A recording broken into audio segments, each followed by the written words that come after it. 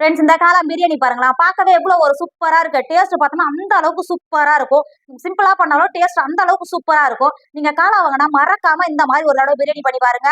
வீட்ல இருக்க குழந்தைங்கள இருந்து ஆபீஸ் போற பெரியவங்க வரைக்கும் எல்லாருமே விரும்பி சாப்பிடுவாங்க. டேஸ்ட்டும் அந்த அளவுக்கு நல்லா சூப்பரா இருக்கும். இப்ப லீவ் முடிஞ்சு ஸ்கூல் போற குழந்தைங்களுக்கு இல்ல ஆபீஸ் போறவங்களுக்கு இந்த பிரியாணி செஞ்சு கொடுங்க. அதுக்கு சட்டுன்னு வேலை முடிஞ்சிடும். டேஸ்ட்டும் அந்த அளவுக்கு நல்லா சூப்பரா இருக்கும். திரும்ப வரும்போது டிஃபன் பாக்ஸ் காலியா தான் இருக்கும். இன்னைக்கு நம்ம சூப்பரான சிம்பிளா இருந்தாலும் டேஸ்டியான ஒரு மஷ்ரூம் பிரியாணி பண்றதுக்கு நான் 1/2 கிலோ மஷ்ரூம் எடுத்திருக்கேன். நல்லா கழுவிட்டு தண்ணியை வடிகட்டி எடுத்து வந்திருக்கேன். இப்போ ஒரு கட்டிங் போர்டு எடுத்துக்கோங்க. நம்ம கழுவி எடுத்து வந்த மஷ்ரூமா இதுங்க பாருங்க. ஒரு மஷ்ரூமை 3 பீஸா கட் பண்ணிக்கோங்க. இந்த அளவு கட் பண்ணி எடுத்துக்கோங்க.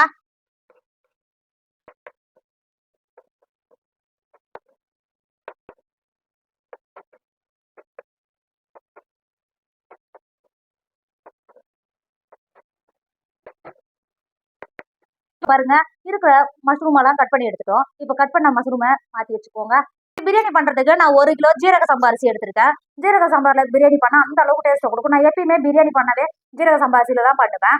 இப்போ ஜீரக சம்பா அரிசியில சூடா இந்த அளவுக்கு நல்லா கொதிக்க கொதிக்க இருக்கணும் தண்ணி சேர்த்து கொடுத்துக்கோங்க. என்னோட வீடியோ எல்லாமே பாத்தீங்கன்னா நான் இப்படிதான் இந்த அரிசியை அலசி இருப்பேன். அப்பதான் இதுல இருக்கிற டார்ச் எல்லாம் போய் நம்ம பிரியாணி பண்ணாலும் இல்ல சாதம் வடிச்சாலும் அந்த அளவுக்கு நல்லா உதிரி உதிரியா இருக்கும். இப்ப சேர்த்து கொடுத்துக்கோங்க.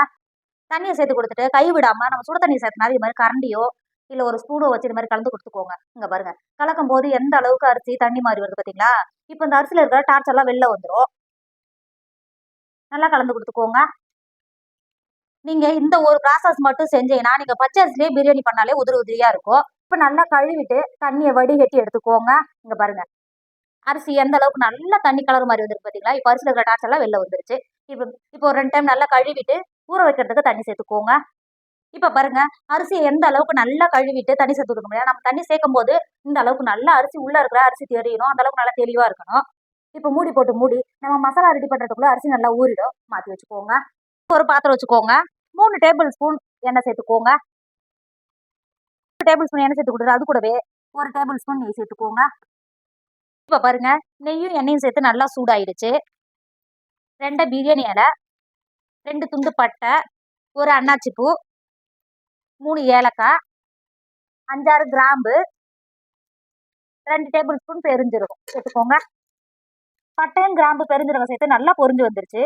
2 பெரிய சைஸ் வெங்காயத்தை நீல வாக்கில் கட் பண்ணி வச்சிருக்கேன். இப்போ உள்ள சேர்த்து கொடுத்துக்கோங்க. நீங்க மீடியம் சைஸா இருந்தா 3 எடுத்துக்கோங்க. நான் பெரிய சைஸா இருந்ததுனால 2 எடுத்துக்கிறேன். சேர்த்து கொடுத்துக்கோங்க. சேர்த்து கொடுத்துட்டு அது கூடவே 5 பச்சை மிளகாவை நீல வாக்கில் அங்க பாருங்க கட் பண்ணி வச்சிருக்கேன். நடுவில் கட் பண்ணி வச்சிருக்கேன். இப்போ சேர்த்து கொடுத்துக்கோங்க. வெங்காயம் வதங்குறதுக்கு 1 டேபிள் ஸ்பூன் உப்பு சேர்த்துக்கோங்க. உப்பு சேர்த்து வெங்காயத்தை வதக்கும் போது சட்டுன்னு வதக்கிடும். உப்பு சேர்த்துட்டு ஒரு டைம் நல்லா கிண்டி கொடுத்து வெங்காயத்தை ஒரு 10 நிமிஷத்துக்கு நல்லா வதக்கிக்கோங்க. இப்ப பாருங்க, ஒரு 10 நிமிஷத்துல நம்ம சேர்த்த வெங்காயம் எந்த அளவுக்கு நல்லா வதங்கி வந்திருக்கு பாத்தீங்களா? இப்போ ஒரு டைம் நல்லா கிண்டி கொடுத்துக்கோங்க. கிண்டி கொடுத்துட்டு 2 டேபிள் ஸ்பூன் இஞ்சி பூண்டு பேஸ்ட் சேர்த்துக்கோங்க. இஞ்சி பூண்டு பேஸ்ட் சேர்த்துட்டு ஒரு டைம் கிண்டி கொடுத்துக்கோங்க. இந்த அளவுக்கு கிண்டி கொடுத்துட்டு ஒரு 5 நிமிஷம் இஞ்சி பூண்டு பச்சை வாடை போய் வதங்கி வரைக்கும் வதக்கிக்கோங்க. இப்ப பாருங்க, இஞ்சி பூண்டு பச்சை வாடையெல்லாம் போய் நல்லா வதங்கி வந்துருச்சு. இப்போ இந்த ஸ்டேஜ்ல 2 பழுத்த தக்காளியை நல்லா பெரிய சைஸ் தக்காளியை பொடியா கட் பண்ணி வச்சிருக்கேன். இப்போ சேர்த்து கொடுத்துக்கோங்க. தக்காளி சேர்த்துட்டு ஒரு டைம் நல்லா கிண்டி கொடுத்துக்கோங்க. கிண்டி கொடுத்து தக்காளியை நல்லா சாஃப்டா வதக்கிக்கோங்க. இப்ப பாருங்க, தக்காளி சேர்த்து எந்த அளவுக்கு நல்லா வதங்கி வந்திருக்கு பாத்தீங்களா? எந்த அளவுக்கு நல்லா வதங்கி வந்திருக்கு பாத்தீங்களா? இப்போ ஒரு டைம் நல்லா கிண்டி கொடுத்துக்கோங்க. கிண்டி கொடுத்துட்டு இப்போ மசாலா எல்லாம் சேர்த்து கொடுத்துக்கோங்க. 2 டேபிள் ஸ்பூன் மிளகாத்தூள் சேர்த்துக்கோங்க. இது நான் வீட்லயே பண்ண மிளகாத்தூள் சேர்த்து கொடுத்துக்கோங்க. உங்க காரத்துக்கு அனுசரிச்சு மிளகாத்தூள் சேர்த்து கொடுத்துக்கோங்க. அது கூடவே 3 டேபிள் ஸ்பூன் மல்லித்தூள் சேர்த்துக்கோங்க. இந்த மல்லித்தூளும் நான் வீட்லயே பண்ணதான். இதோட லிங்க் டிஸ்கிரிப்ஷன்ல இருக்கு. வேணுன்றவங்க செக் பண்ணி பார்த்துக்கோங்க. சேர்த்து கொடுத்துட்டு 1 டேபிள் ஸ்பூன் கரம் மசாலா சேர்த்துக்கோங்க. சேர்த்துட்டு ஒரு டைம் நல்லா கிண்டி கொடுத்துக்கோங்க. மசாலாவோட பச்சை வாடை போயிருக்கு.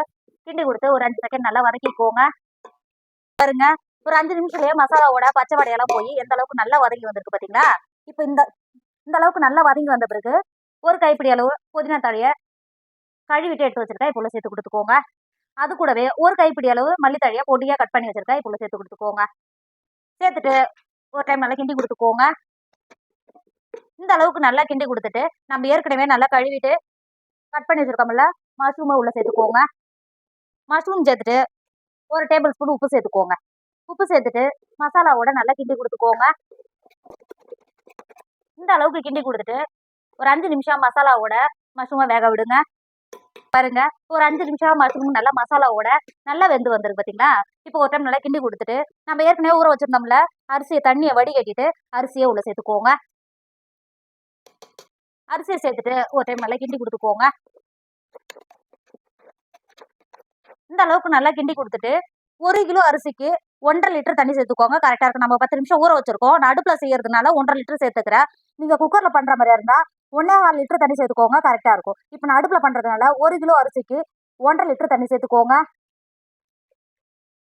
நீங்க பாத்திரத்துல அளந்து எடுக்கிற மாதிரியா இருந்தா 1 கப் அரிசிக்கு 1,5 கப்பு தண்ணி, அதான் கரெக்டான அளவு.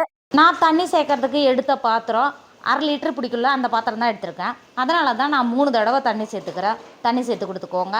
தண்ணி சேர்த்து கொடுத்துட்டு ஒரு டைம் நல்லா கிண்டி கொடுத்துக்கோங்க. கிண்டி கொடுத்துட்டு அந்த சைடில் இருக்கிற அரிசியெல்லாம் உள்ளே இறக்கி சேர்த்துக்கோங்க. சேர்த்து கொடுத்துட்டு இந்த ஸ்டேஜில் உப்பெல்லாம் கரெக்டாக இருக்கான்னு செக் பண்ணிக்கோங்க. மூடி போட்டு மூடி சாத்த 3/4 பாகம் வேக விடுங்க. இப்போ பாருங்க எந்த அளவுக்கு நல்ல 3/4 பாகம் வெந்து வந்திருக்கு பார்த்தீங்களா.